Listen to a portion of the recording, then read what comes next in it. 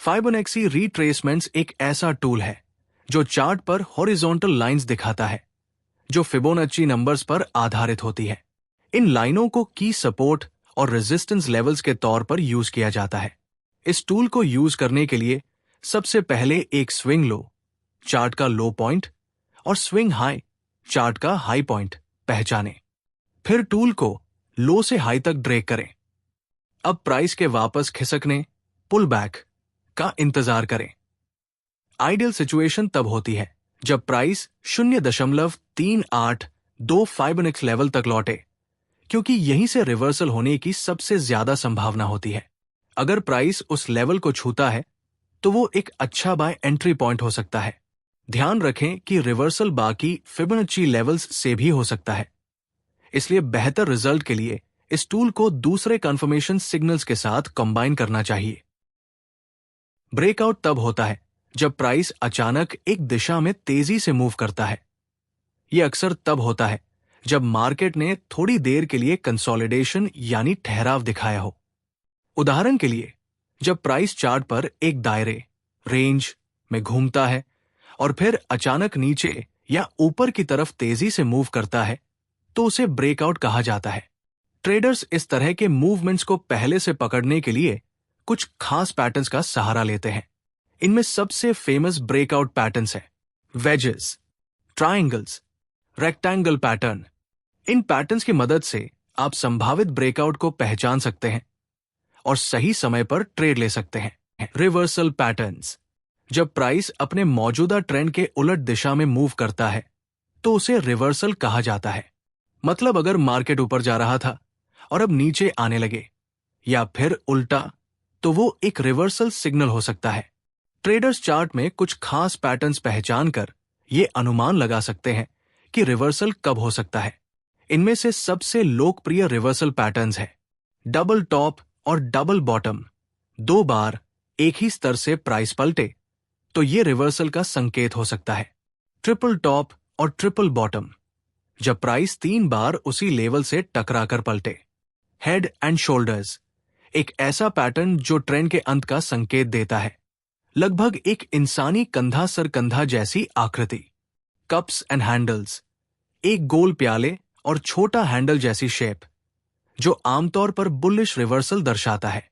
ये पैटर्न्स देखकर आप संभावित रिवर्सल की पहचान कर सकते हैं और समय रहते सही एंट्री या एग्जिट प्लान कर सकते हैं। एलियट वेव थ्योरी ये कहती है कि मार्केट एक खास वेव पैटर्न में मूव करता है। मतलब पहले प्राइस 5 वेव में एक डायरेक्शन में जाता है और फिर 3 वेव में वापसी करता है अपोजिट डायरेक्शन में। इस पैटर्न को चार्ट पर समझने के लिए हम वेव्स को इस तरह लेबल करते हैं 1 2 3 4 5, मेन ट्रेंड, अबीसी, करेक्शन या pull back.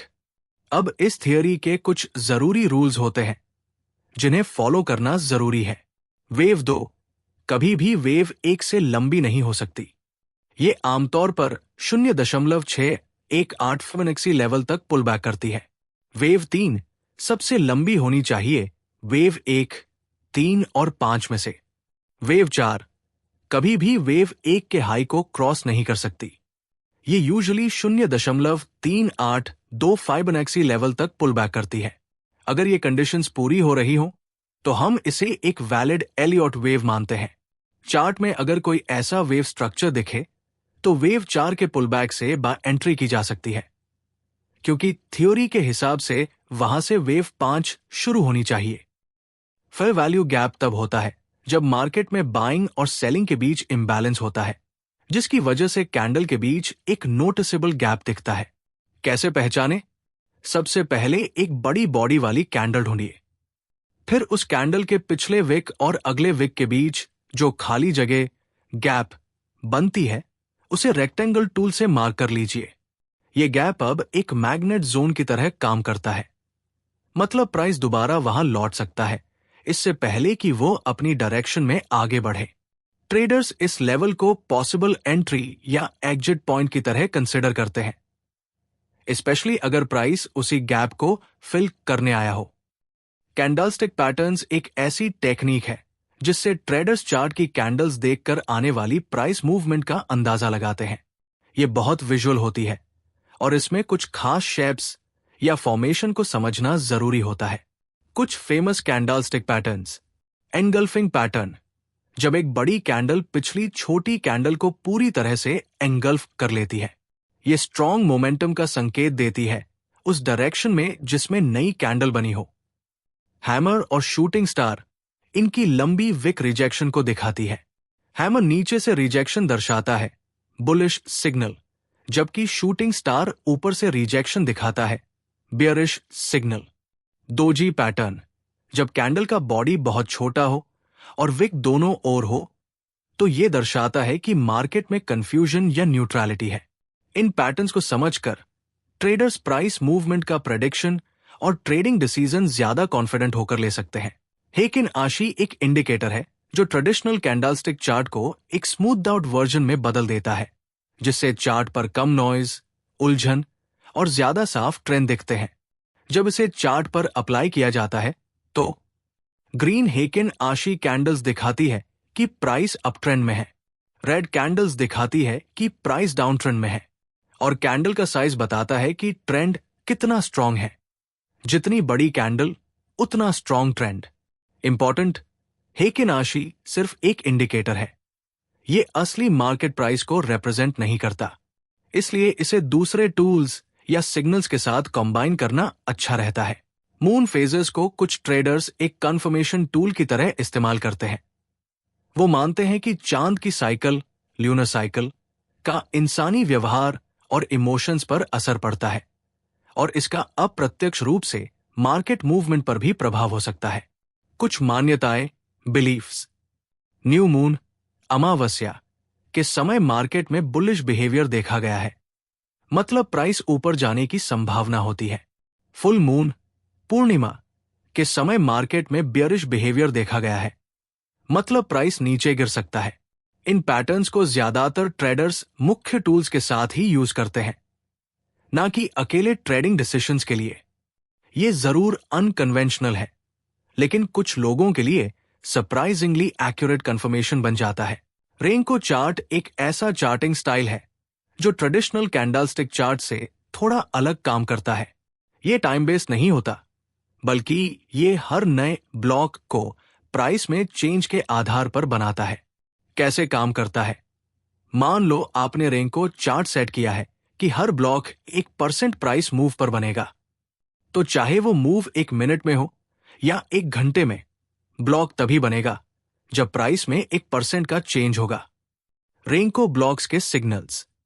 Green block price ऊपर जा रहा है, up trend. Red block price नीचे जा रहा है, डाउन ट्रेंड। ट्रेडर्स इसे नॉइस फिल्टर करने और ट्रेंड को साफ साफ देखने के लिए यूज करते हैं। इंपॉर्टेंट नोट, रेंको चार्ट भी सिर्फ एक इंडिकेटर है, यह भी रियल टाइम प्राइस नहीं दिखाता। इसे बाकी टूल्स के साथ मिलाकर यूज करना ज्यादा बेहतर होता है। हार्मोनिक पैटर्न्स कुछ खास जियोमेट्रिक शेप्स होते हैं जो फाइबोनैक्सी रेशियोज पर आधारित होते हैं। इन पैटर्न्स की मदद से ट्रेडर्स फ्यूचर प्राइस मूवमेंट का अनुमान लगा सकते हैं।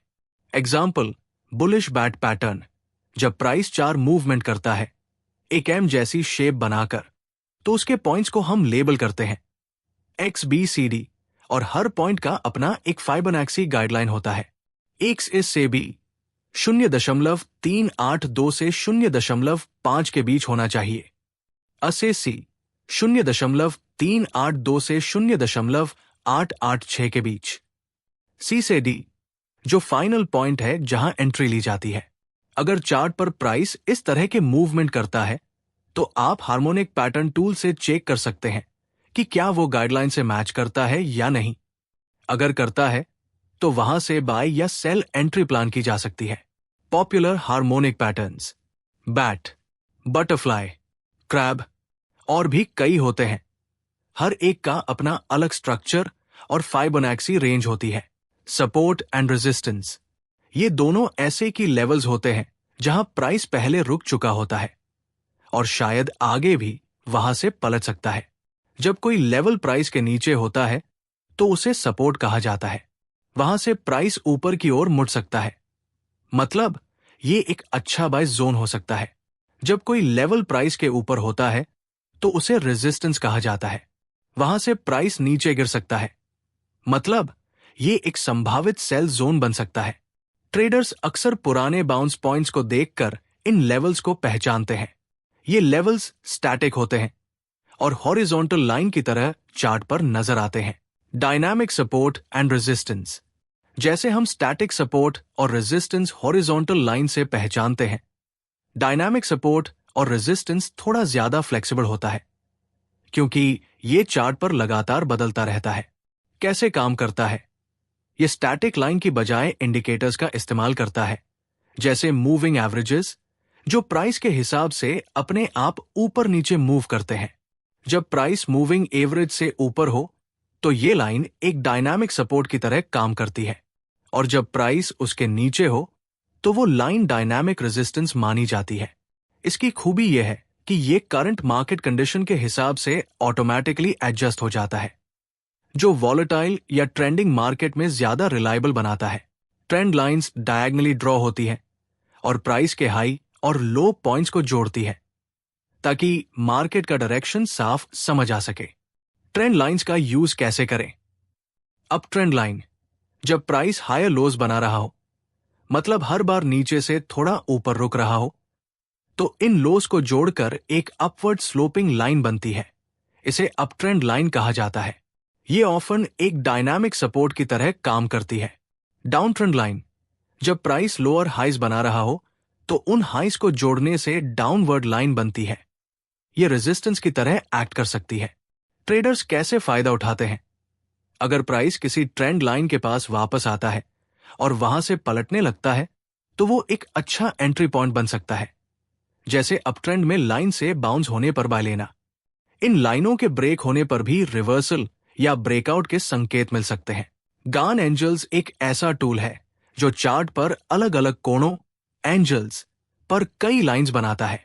ये लाइंस प्राइस मूवमेंट और ट्रेंड की ताकत स्ट्रेंथ को मापने में मदद करती है। कैसे काम करता है? गान का सबसे फेमस एंगल है 45 डिग्री, जिसे 1x एक लाइन तभी कहा जाता है। इसका मतलब है कि प्राइस और टाइम समान रफ्तार से आगे बढ़ रहे हैं। जब प्राइस स्टीप एंगल तेज ढलान में मूव करता है तो वो एक स्ट्रॉन्ग ट्रेंड को दर्शाता है। वही अगर वो शैलो एंगल धीमी ढलान में हो तो ट्रेंड कमजोर माना जाता है। यूज करने के स्टेप्स: चार्ट पर जाकर सेटिंग्स में lock price to bar ratio on करें। एक मार्केट रेंज चुनें और उसके स्विंग हाई और स्विंग लो पॉइंट्स को मार्क करें। चार्ट की शुरुआत में एक वर्टिकल लाइन खींचे, फिर ट्रेंड एंगल टूल से 35 डिग्री मापें और वहां से गान फैन टूल लगाएं। हर लाइन एक अलग ट्रेंड एंगल दर्शाती है, जैसे 1x2, 2x1, 1x4 आदि। इनसे पता चलता है कि प्राइस किस एंगल में ट्रेंड कर रहा है और वो कितनी मजबूती से टिकेगा। मोमेंटम इंडिकेटर्स उस समय सबसे ज्यादा यूजफुल होते हैं जब मार्केट में एक साफ सुथरा ट्रेंड चल रहा हो। ये इंडिकेटर्स बताते हैं कि प्राइस मूव कितना तेज और मजबूत है। कुछ popular momentum indicators: MACD, moving average convergence divergence. जब मैक्ड लाइन ऊपर की तरफ क्रॉस करती है, बुलिश सिग्नल। जब नीचे की तरफ क्रॉस करती है, बेयरिश सिग्नल। ये ट्रेंड की दिशा और बदलते मोमेंटम को पकड़ने में मदद करता है। मूविंग एवरेजेस: अगर प्राइस मूविंग एवरेज के ऊपर है, अप ट्रेंड चल रहा है। अगर प्राइस उसके नीचे है, डाउन ट्रेंड का संकेत मिल रहा है। Parabolic sir, stop and reverse: अगर चार्ट पर डॉट्स प्राइस के नीचे है, बुलिश ट्रेंड। अगर डॉट्स ऊपर है, बियरिश ट्रेंड। सुपर ट्रेंड: जब सिग्नल ग्रीन हो, मार्केट अप ट्रेंड में है। जब सिग्नल रेड हो, मार्केट डाउन ट्रेंड में है। इन इंडिकेटर्स को अक्सर एक दूसरे के साथ मिलाकर यूज किया जाता है ताकि कंफर्मेशन स्ट्रांग हो।